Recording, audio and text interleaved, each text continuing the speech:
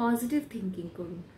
Positive thinking আমাদেরকে যা দেয়, পয়েন্ট নম্বর 1 যেটা, সেটা হচ্ছে নিজের কাজের পরিকল্পনা আপনি ঠিক করে করতে পারবেন এবং সেটা আপনি পারসিভও প্রপারলি করতে পারবেন।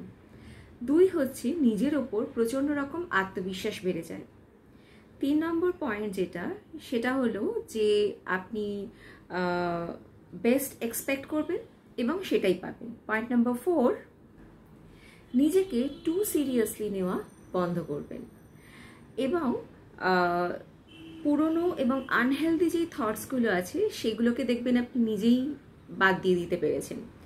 একসাথে সব কাজ করার পরিবর্তে আপনি দেখবেন আপনি নিজেই একটা একটা করে কাজ শেষ করছেন। পয়েন্ট নাম্বার 7 যেটা, একটা পিসফুল মাইন্ড সবসময় পাওয়ারফুল থটস ক্রিয়েট করে। And the last point is self knowledge থেকে সেলফ কারেকশন ব্যাপারটাও তৈরি হয়।